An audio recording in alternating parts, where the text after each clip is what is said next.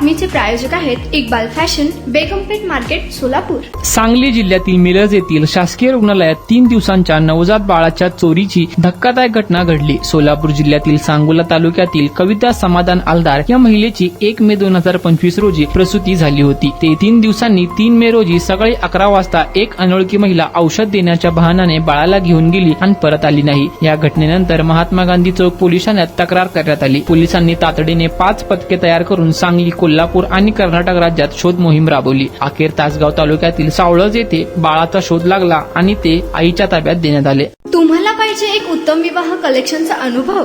सोलापूरमध्ये एकाच ठिकाणी सर्व काही मिळायला हवंय.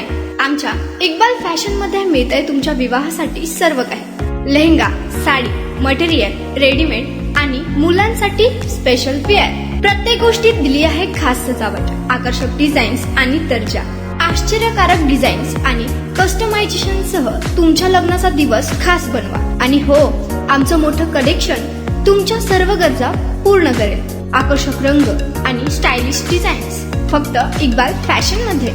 इक्बाल फॅशन सोलापूरचा अग्रगण्य विवाहासाठीच्या कलेक्शनसाठी आणि तुमच्या सुंदर दिवशी आणा इक्बाल फॅशनचा स्पर्श. मग आताच भेट द्या इक्बाल फॅशनला. आमचा पत्ता बेगमपेठ मार्केट, सोलापूर.